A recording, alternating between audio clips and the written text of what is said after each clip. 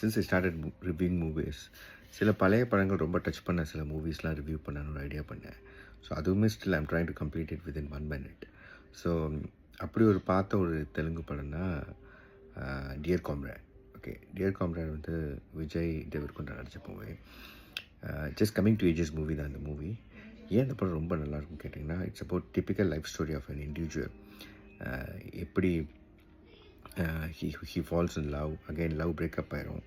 அவனோட immaturity, arroganceனால how he falls apart. Again ஒரு ஸ்டேஜுக்கு அப்புறம் லைஃப்பை ரியலைஸ் பண்ணி he starts traveling. Again his lover's life again comes back in his life. So அதுக்கப்புறம் அங்கேருந்து எடுத்துகிட்டு போன எப்படி ரொம்ப மெச்சூர்டாக அந்த சுச்சுவேஷனை பார்த்தான் அப்படிங்கிற மாதிரி தான் கதை. நம்ம நிறைய படம் பார்த்துருப்போம், இந்த வாரணமாயிரம், ஜோலாம் பார்த்துருப்போம். அந்த மாதிரி ஒரு கொடுக்குற படம் தான். நான் இதையே ரிவ்யூ பண்ண ஆசைப்பட்றேன்னா, நிறையா பேர் விஜய் தேவர்கொண்டாவோட அர்ஜுன் ரெட்டி எல்லாம் பார்த்துருப்பீங்க. பட் எனக்கு தெரிஞ்சு அட்லீஸ்ட் ஒரு 40-50% of the people dear comrade பார்த்துருப்பீங்களான்னு தெரில. ஆக்சுவலி தமிழ் பீப்புள் நான் சொல்கிறேன். இந்த படத்தை போய் பாருங்கள், ரொம்ப சூப்பரான படம். ரஷ்மிகாவும் நடிச்சிருப்பாங்க. இன்ஃபேக்ட் விஜய் தேவர்கொண்டாவோட என்னோடய ஃபேவரட் மூவி தான். அந்த செகண்ட் ஹாஃப்லாம் அவனோட மெச்சூரிட்டி வந்து ட்ரான்ஸ்ஃபர்மேஷன் ரொம்ப நல்லாயிருக்கும். Please do watch. ஒரு ஃபீல் குட் மூவி.